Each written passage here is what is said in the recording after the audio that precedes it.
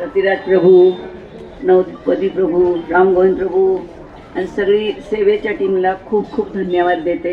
तुमच्या सगळ्यांच्या कृपेवर मी ही अयोध्या यात्रा शांततेने आणि समाधानाने खूप चांगल्या प्रकारे पार पाडू शकले.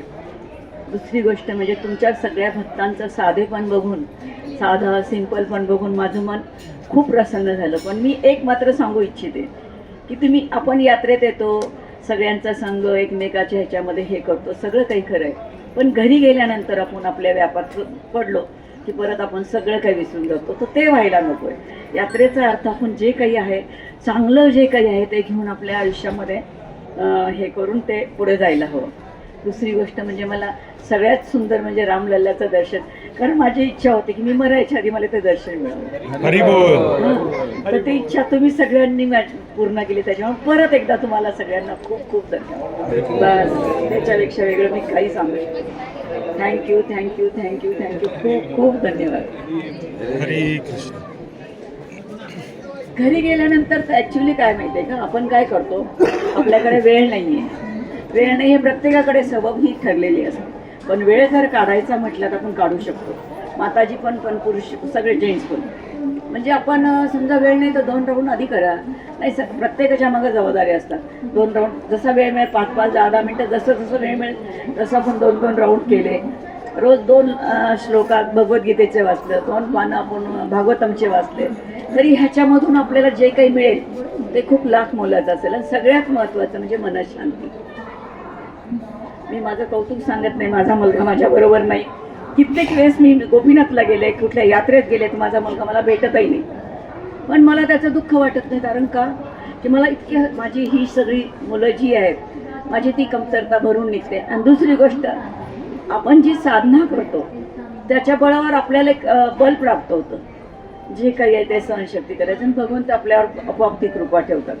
तसंच मी तुम्हाला सगळ्यांना हेच सांगू इच्छे की वेळ नाही आहे ही सबब न करता प्रत्येकाने जे भक्तीमध्ये ऑलरेडी करतात जग त्यांची खूप चांगली होती.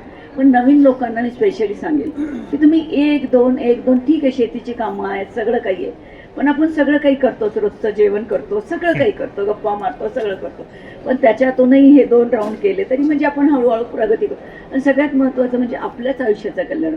बाकी आपण किती कमवलं, काय केलं, काय नाही, ते सगळं इथेच घेऊन जाणार आहे, काहीच घेऊन जाणार. पण आपण जे काही चांगलं करतो ते आपल्याबरोबर निश्चितच येणार. आणि भगवंत आपल्या सगळ्यांच्यावर अशीच कृपा ठेवून हीच भगवंताच्या प्रार्थना. हरे कृष्णा. परत एकदा खूप खूप खूप खूप धन्यवाद.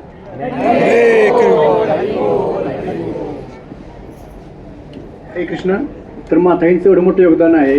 माताई इथं पुण्यात आल्यापासून आम्ही बघतोय की प्रत्येक जन्माष्टमी, राधाष्टमी, नित्याचतुर्दशी, गौर पौर्णिमा या 3ही फेस्टिवलला, 4ही फेस्टिवलला NUCC मंदिर, राधा गोपीनाथ मंदिर आणि गोविंदधाम या 3ही मंदिरला 56 भोगा देतात प्रत्येक वर्षी.